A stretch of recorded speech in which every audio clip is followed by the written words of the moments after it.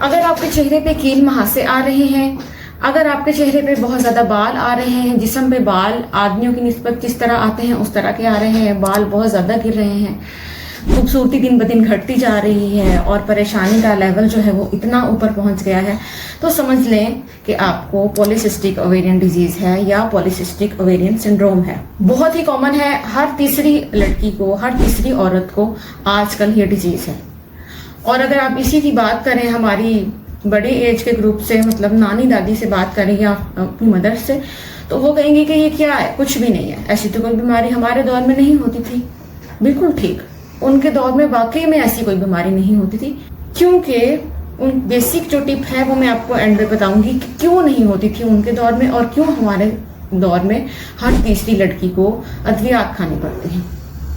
सबसे पहले हम आ जाते हैं कि पॉलीसिस्टिक ओवेरियन डिजीज है क्या। पॉलीसिस्टिक ओवेरियन डिजीज एक हमारी खुद की तैयार करदा बीमारी है, जिसको अगर हम खुद चाहें तो हम ठीक कर सकते हैं। ना तो ये इस तरह की बीमारी है जो एक आदमी से या एक औरत से दूसरी औरत को लगती है, और ना ये ऐसी बीमारी है जो आपको जीन्स में ही मिल गई है, और ना ही ये कोई ऐसी बीमारी है कि जिसका कोई इलाज नहीं है। तो ये हमारी अपनी तैयार करदा ही बीमारी है और इसका इलाज तभी मुमकिन है अगर हम खुद चाहें तो। बहुत आसान है। सबसे पहले आ जाते हैं कि इसको हम डायग्नोज कैसे करते हैं, जो कि मैं आपको ऑलरेडी बता चुकी हूँ कि अगर आपके चेहरे पर बाल आते हैं, वजन बहुत ज़्यादा बढ़ रहा है और आप ये कंसर्न है कि आपकी जो खूबसूरती है वो दिन ब दिन घटती जा रही है, और साथ में अगर आप अल्ट्रासाउंड करवा लेते हैं तो उस पर भी रसौलियाँ आ जाती हैं। मीनवाइल अगर किसी डॉक्टर को चेक करवा लेते हैं तो वो आपके हार्मोन्स के टेस्ट करवाते हैं, तो आपके अंदर जो मेल्स वाले हार्मोन्स होते हैं वो ज़्यादा पाए जाते हैं, तो समझ लें कि आपको पॉलीसिस्टिक ओवेरियन डिजीज़ है और डायग्नोज हो गई है। अब आ जाते हैं कि जनाब इसका इलाज कैसे करें। बहुत ही आसान है, नामुमकिन नहीं है। बच्चियां आती हैं, औरतें आती हैं, कहती हैं जनाब जब तक दवाई इस्तेमाल करते हैं तब तक तो हमारी ठीक रहती है, जैसे ही डॉक्टर साहबा दवाई छोड़ते हैं हालात वहीं पे पहुंच जाते हैं, हम तंग आ चुके हैं गोलियां खा खा के, क्या हमारा इलाज सिर्फ ये अद्वियात है, क्या हम कभी ठीक नहीं हो सकती। और इसके साथ पूरा नेटवर्क सर्च मारते हैं, पूरा नेट और पूरी गूगल, पूरी यूट्यूब सर्च मार के और भी वसवसे ख्याल और सब कुछ लेके तो बच्चियां तो हैं बस डिप्रेशन का शिकार।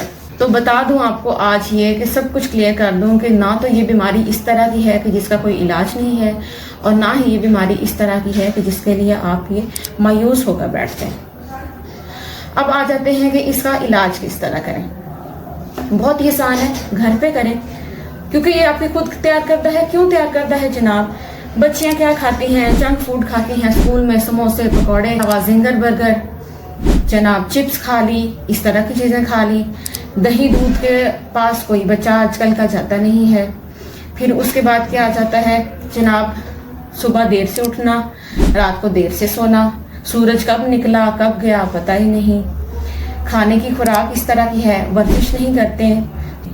हमारा उससे बड़े लोगों को देख लें तो बड़ी फीमेल्स का भी ये लाइफस्टाइल है, सारा दिन कुर्सी से कुर्सी पे शिफ्ट होते हैं, गाड़ी से घर, घर से बेड, बेड से टीवी के आगे, और बस।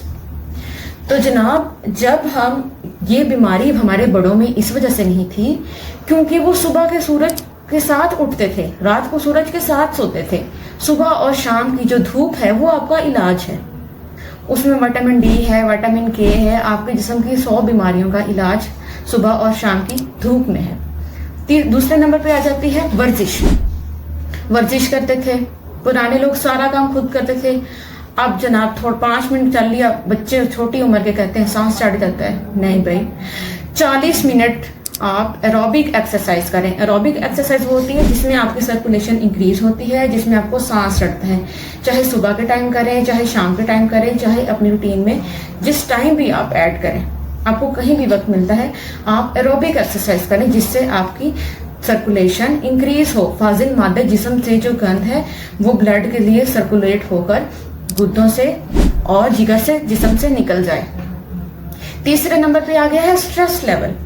इतनी टेंशन है, छोटे बच्चे से लेके बड़ी उम्र तक। एक छोटी बच्ची को अपने पेपर्स की टेंशन है जनाब, उसके बाद अगर आप यंग एज में आ जाएं तो कॉलेज के स्ट्रेसर्स, उससे बड़ी एज में आ जाएं तो स्ट्रेसर्स जो हैं वो बढ़ते ही जा रहे हैं। तीसरे नंबर पे आ जाती है हमारी खुराक।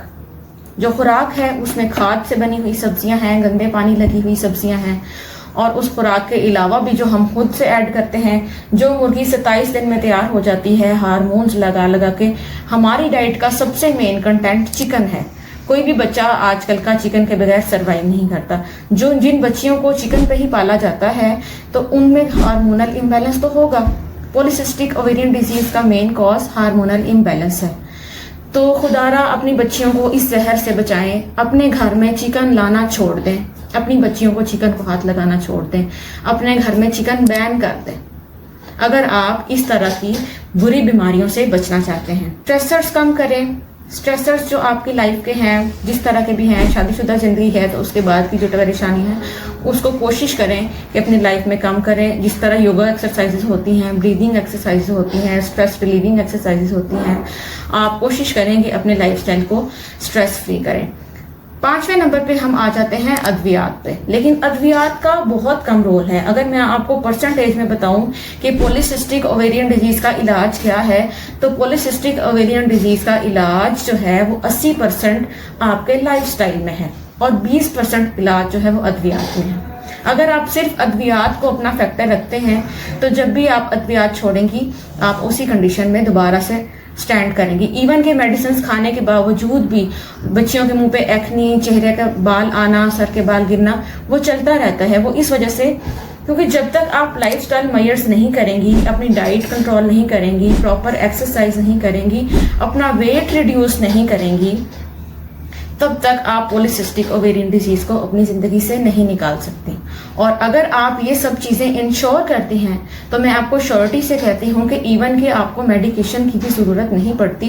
विद इन 3 to 6 months अगर आप इस तरह का लाइफस्टाइल अडॉप्ट करती हैं तो आप ये सोच लें कि आपको लगेगा कि मुझे तो पॉलीसिस्टिक ओवेरियन डिजीज थी ही नहीं। कुछ लोग इसको बहुत ज्यादा स्ट्रेसफुल ले जाते हैं, कुछ लोग इसको बहुत सा लाइट ले जाते हैं, लेकिन ये ऐसी भी बीमारी नहीं है जिसको इतना इजी लिया जाए।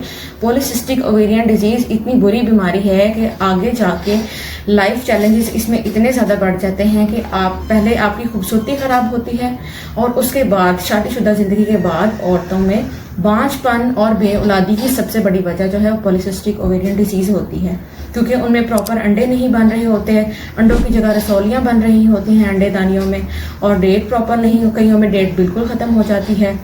और शादी के बाद डिमांडिंग सोशल हमारी कम्युनिटी जो है वो जब तक पहले महीने में आपको बच्चा आउटपुट ना आप शो करें, आपका समझ लें कि ससुराल में जगह खत्म।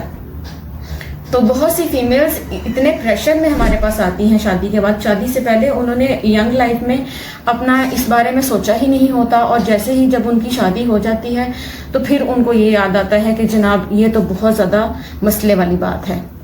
जब उनसे तशखीस में पूछा जाता है कि क्या आपको ये मसला कब से था, तो वो बताती हैं कि ये मसला तो हमें 14 साल की उम्र से था, ये मसला तो हमें 15 साल की उम्र से था, लेकिन इलाज करवाने कब आती हैं, जब उनकी शादी हो जाती है।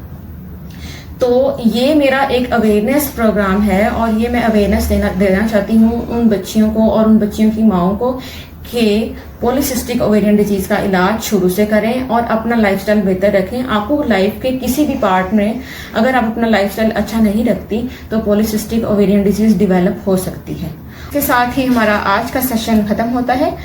उम्मीद है आपको बहुत ज़्यादा इन्फॉर्मेशन मिली होगी। अगर कोई चीज़ डेफिशिएंट हो तो मज़ीद मालूमात के लिए आप कमेंट बॉक्स में कमेंट कर सकते हैं। अल्लाह हाफ़िज़।